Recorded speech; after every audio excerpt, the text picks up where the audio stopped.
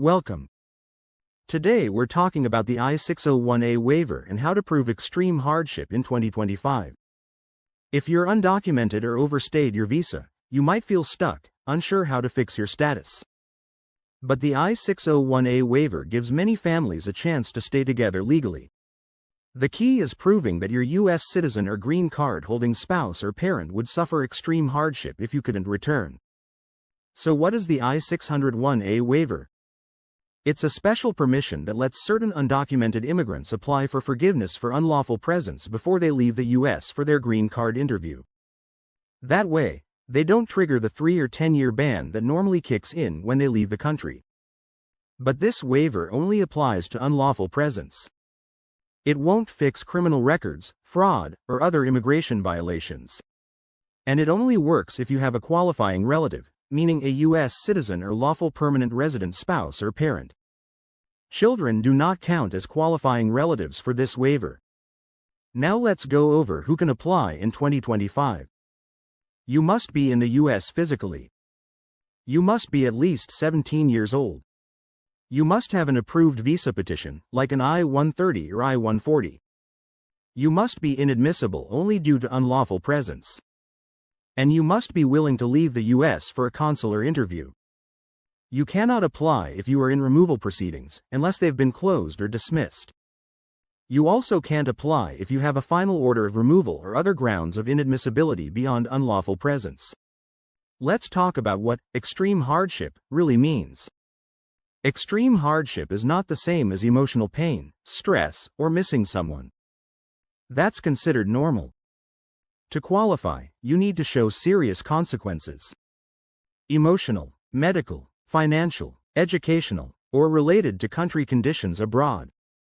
There are 2 types of hardship you need to explain. First, what happens if your relative stays in the U.S. without you? Second, what happens if they relocate to your home country with you? Here are examples that can help your case. Your spouse has a chronic illness and relies on you for daily care. Your parent doesn't speak the language in your home country and has no support there. Your family would lose insurance, fall into debt, or struggle to pay the bills without you. Your home country is unstable, dangerous, or lacks access to healthcare or education. Your relative has PTSD, depression, or anxiety that would get worse if you're separated. Every example needs proof, not just claims. Here's the kind of evidence you'll need: tax returns, pay stubs, bills, and budget summaries. Medical records and doctor letters showing conditions and your caregiving role. Psychological evaluations from licensed therapists. School reports, IEPs, or letters from teachers. Country condition reports from the State Department or human rights organizations. Letters from family, clergy, or community members explaining your importance. Now let's walk through how to apply. Step 1. Make sure you're eligible. You must have an approved visa petition, no other grounds of inadmissibility, and a qualifying relative. Step 2. Gather your evidence. Organize everything by theme, translate documents if needed. Step 3. Fill out Form I-601A carefully. Sign and date it. Step 4. Pay the fee. As of 2025, the total is $715. Step 5. Mail your application to the correct USCIS address using tracked mail. Step 6. Attend your biometrics appointment. Bring ID and your appointment letter. Step 7. Wait for USCIS to process your case. This takes several months. Step 8. If approved, attend your visa interview abroad. Important: do not leave the U.S. until your waiver is approved. If you do, you may trigger the 3 or 10-year bar with no protection. Let's look at why applications get denied.